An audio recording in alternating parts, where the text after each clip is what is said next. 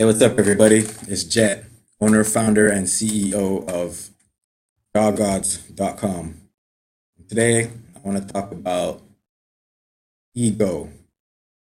Ego is something that a lot of people will tell you it's your enemy. You should try and pacify it. You should try and get rid of it, kill it.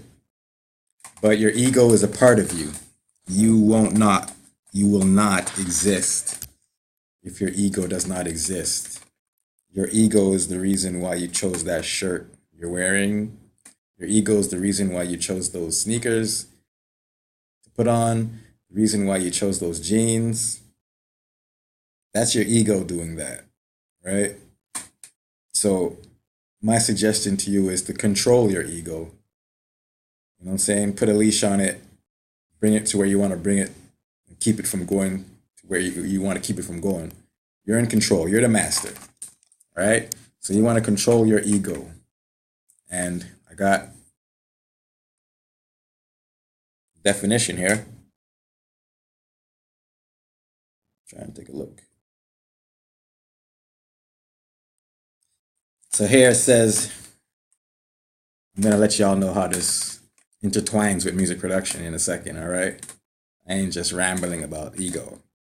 So I'm gonna let you know the definition here.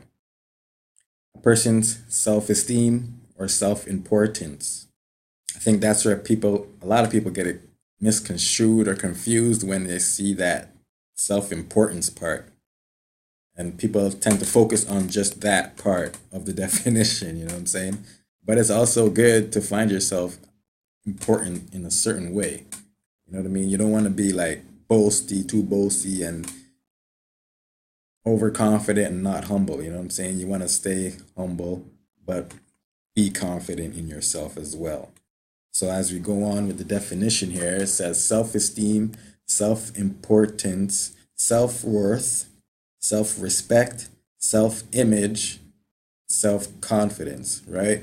And also, it says the part of the mind that meditates between the conscious and unconscious and is responsible for the reality testing and a sense of personal identity.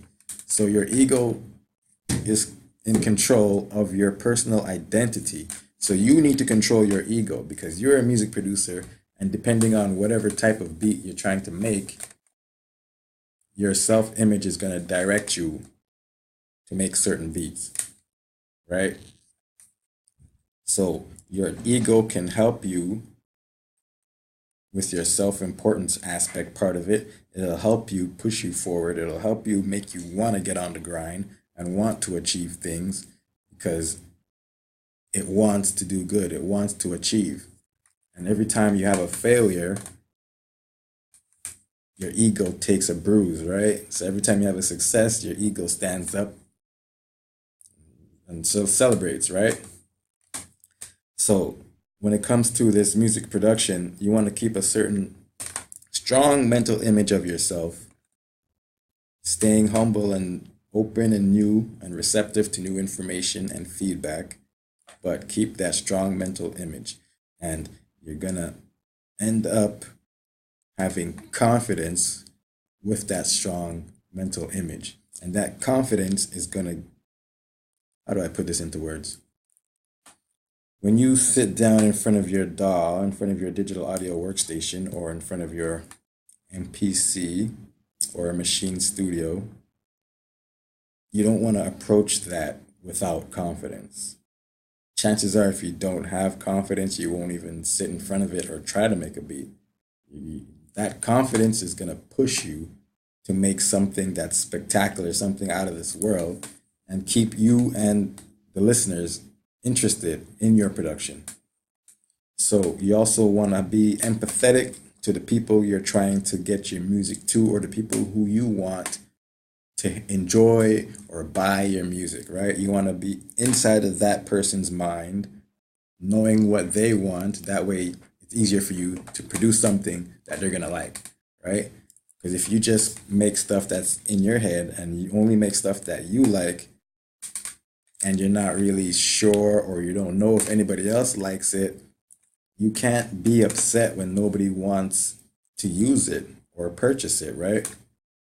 So You want to be in the mind of the artist or the music library, know what they want, know how they want it, and create your own production with those guidelines as well, right? And you're bound to see some success like that. So use that ego to your advantage. Keep that mental image sharp, right? Keep it strong. Stay confident. Don't be too arrogant. That's the word I'm looking for. Don't be too arrogant. Stay humble. Stay open minded. It's really good to stay open minded. You know what I mean? But at the same time, know who you are. Know your niche. If you have a niche, know what it is. Stick to it. You know what I'm saying? The more information you have, the more confident you'll be. The more clear your self image would be with more information. How do I say valuable information, not just any kind of information, but valuable information.